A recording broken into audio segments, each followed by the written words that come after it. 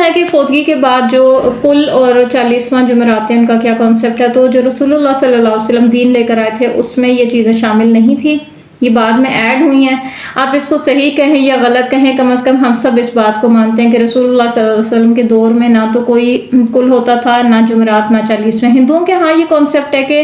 روحیں جمعرات کو آتی ہیں یا 40 دن تک بھٹکتی رہتی ہیں، تو اس وجہ سے اس کی مرضی کے پسند کے کھانے بناتے ہیں جمعرات کو، جو چیز پسند ہوتی ہے، جو مرحوم یا مرحومہ شوق سے کھاتی تھی، وہ جمعرات الدن کھانے بنانا، جمعرات الدن اسپیشلی کوئی خاص اہتمام کرنا، 40ویں پہ سب کو بلانا، کھانا کھلانا، قرآن خوانی کروانا۔ اگر ایسا اچھا ہوتا، یہ فیل گڈ ہوتا، تو رسول اللہ صلی اللہ علیہ وسلم ضرور کرتے، کیونکہ وہ نیکی کرنے سے پیچھے نہیں رہتے تھے، اور انہوں نے کوئی ایسی چیز نہیں چھوڑی جو ہمیں بتائی نہ ہو، جو اسلام ہو اور وہ نہ بتائی ہو۔ اللہ تعالیٰ نے ان کو جو شریعت دے کے بھیجی تھی وہ اس کی تکمیل کر کے گئے، اور انہوں نے خطبہ حجۃ الوداع کے موقع پہ پوچھا بھی تھا کہ کیا میں نے سارے پیغام پہنچا دیے، کہ آپ کو میں نے پوری بات پہنچا دی، اور لوگوں نے شہادت دی تھی، گواہی دی تھی کہ آپ نے پورا دین پہنچا دیا ہم تک، تو دین مکمل ہو چکا تھا۔ تو اب اگر ہم ساری زندگی قرآن کی تلاوت نہ کریں اور ہم ساری زندگی اس کے مطابق عمل نہ کریں، اس میں تدبر نہ کریں، اور ہماری زندگیاں قرآن کے بالکل الٹ چل رہی ہوں، تو ظاہری بات ہے پریشانی تو ہوگی۔ پھر ہم یہ چاہیں گے کہ اب ہم نے خود تو کچھ نہیں کیا، ہمارے پیچھے کوئی پڑھ کے ہمیں بخش دے، تو خود ہم کچھ نہ کریں اور کوئی پیچھے سے پڑھ کے بخش دے، تو کوئی جو پیچھے پڑھ لے وہ بھی تو ہم ہی جیسے ہیں نا،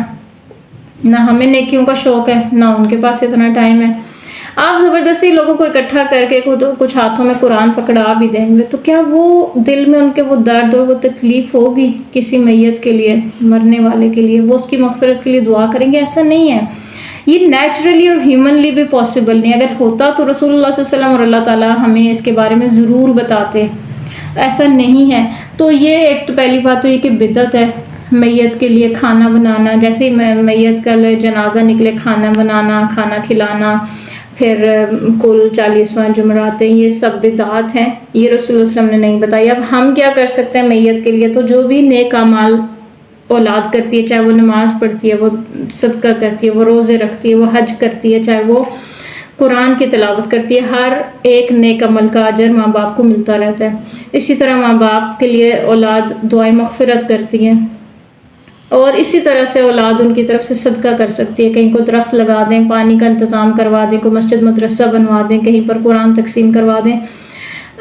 کوئی بھی صدقہ۔ اگر ان کے روزے چھوٹے ہیں ان کی طرف سے روزے رکھتے ہیں، اگر کوئی قرض ہے قرض ادا کر دیں، اگر ان کی طرف سے صدقہ کر دیں، اگر انہوں نے حج نہیں کیا، عمرہ کرنا چاہتے ہیں ان کی طرف سے، اگر آپ کا اپنا حج فرض حج ادا ہو چکا ہے، آپ